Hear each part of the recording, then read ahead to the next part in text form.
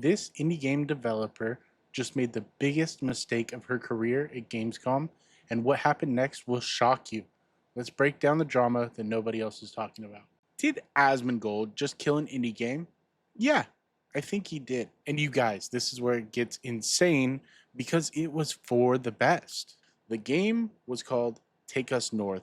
It was supposedly a narrative about migrants crossing the border.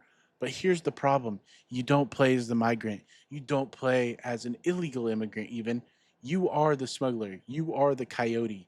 And when the dev got up on stage to talk about her game, and she introduced herself with pronouns immediately and launched into a lecture instead of showing her gameplay, gamers said, no, we do not want this, not today. This game, Take Us North, came out of a company called Anima Interactive. It's a small studio run by this lady, Carla Reyes. She founded it.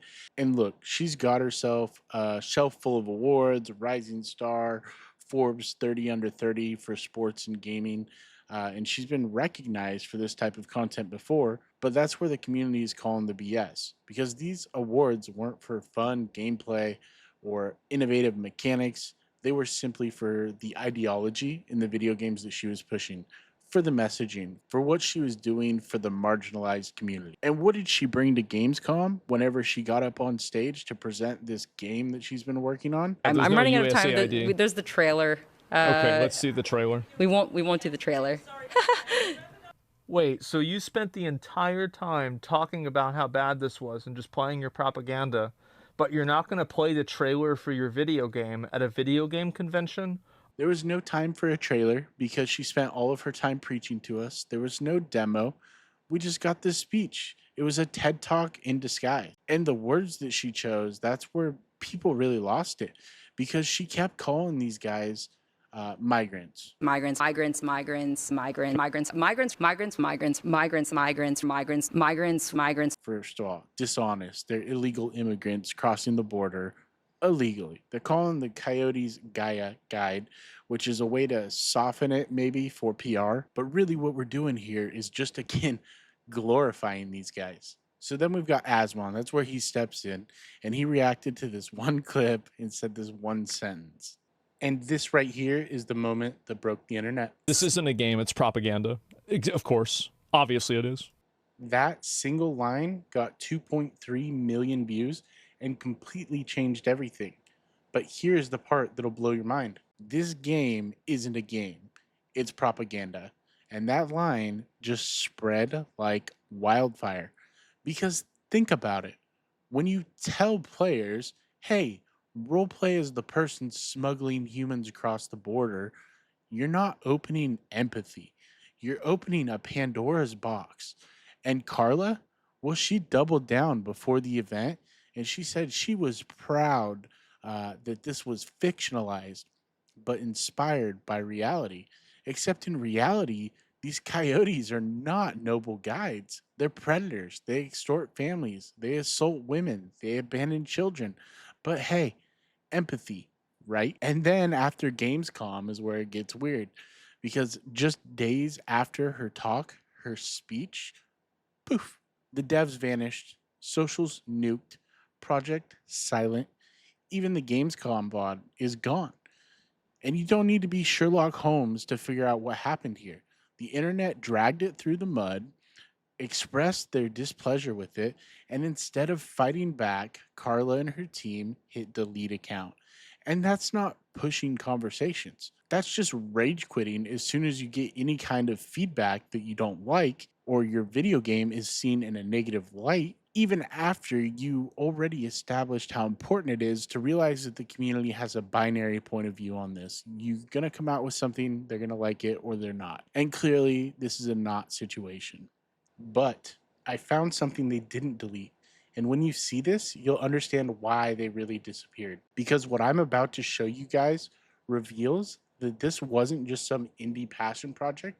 This was something much bigger. And that's where we find Microsoft's ID at Xbox program, or DAP. With this program, they have pumped billions into over 5,000 studios over the last 10 to 15 years. And these guys are handing out non-recoupable funding, or in other words, free money for these underrepresented devs. which is fine. Microsoft can light cigars with $100 bills if they want to. But let's stop pretending that this was a scrappy indie passion project. When trillion-dollar corporations bankroll your political art piece, that's not indie anymore.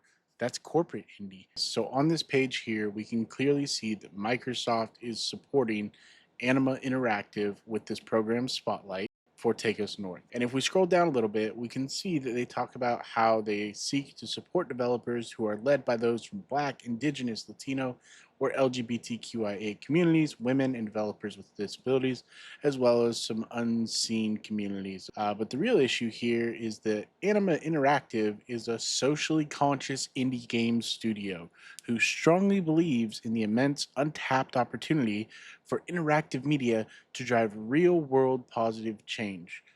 As developers, they have a responsibility to expand perspectives. I don't know that that is the responsibility of a developer. I think your responsibility is to create content that your community is going to like, for better or for worse. I am not sure that this has the community that they think it does to warrant the responsibility to expand people's perspectives on this. Uh, and we also see here that they say that they recognize that this is an emotionally charged subject and that they're approaching it with great care and authenticity. Outside of maybe some of the locations, it doesn't look to be authentic to me at all. This is a political piece, a propaganda piece, where they were even collaborating closely with what they call migrants, aka illegal immigrants, who lived the experience of illegally crossing the border. And here, when you're actually playing the game, you assume the role of a migrant guide, often known as a coyote, whose objective is to safely shepherd a group of migrants across the border. I don't know if that's really their objective. I think their objective is to make money. As far as gameplay, all you have to do is navigate obstacles such as perilous wildlife, extreme heat and cold, and the looming threat of border patrol. So you've got two annoying elements to most games, and then just a generic border patrol that you can't get spotted by. What a fun and engaging game. I can't wait to have my perspective expanded because of this. And they even talk about how one of their biggest challenges has been securing funding in the early stages of the game while maintaining a sustainable and values driven workflow. In other words, she's so proud of this direction she wants to go for this game that she's not willing to adapt to get enough money to actually make the game. And goes on to talk about how some investors may not be willing to take this kind of risk of investing in a project that tackles a provocative or inherently political subject matter.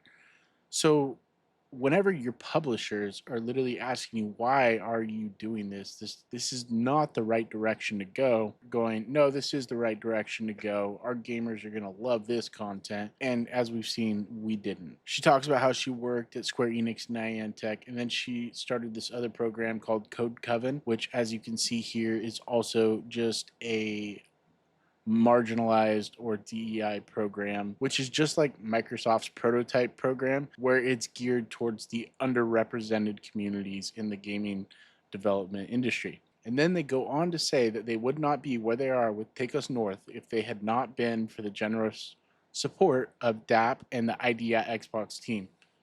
So clearly, Microsoft is funding this. And I think it's really, really important to reiterate how bad these coyote guys really are. They do terrible, vile things to these people while they're trying to get them across the border or after they do successfully get them across the border. And that's not even talking about just the fact that these guys are making a living off of breaking the law consistently. So, why are we empathizing with a coyote? Why are we glorifying this? At one point, she even tried to say that she wasn't glorifying it, but how else could you look at this? So, that brings me to the question of, what are you guys even counting as a game anymore? Because Take Us North didn't have a game loop, it had no real systems, no mechanics. You hide from immigration and you deal with annoying mechanics such as heat and water. It wasn't meant to be replayed, it was meant to be endured. And from what we can see, you do not play this game. You sit through it like a digital lecture you didn't sign up for. And Carla, she said, I think it's opening up conversations. Well, you're right, Carla. It did open a conversation. just not the one you wanted. Gamers do not boot up Steam or their console or their handheld to get scolded. We log in to escape the noise, not to get smacked with more of it. And that's why Asmon's voice mattered so much. He didn't have to rally anyone, he didn't hypnotize chat. He just laughed, called it propaganda, and everyone watching saw the same thing. There was no game here, just politics. And gamers, we don't want to pay for politics in our video games. So did Asmon kill Take Us North? Maybe. But let's be honest, this game was dead before it even left the floor. Gamers are not anti art. We are not anti story. We're anti being lied to our face about what is and is not the norm. So here's my verdict on this game. This was not a game, it was a sermon, and the gamers walked out. All right, you guys, thank you again so much for sticking around to this point in the video. If you liked it, please smash that subscribe button. We're going to be making new videos every week, and this is not the first time, this is not the last time that politics are going to be involved in video games. We're going to cover a little bit of everything. Have a wonderful day, guys, and I will see you in the next one.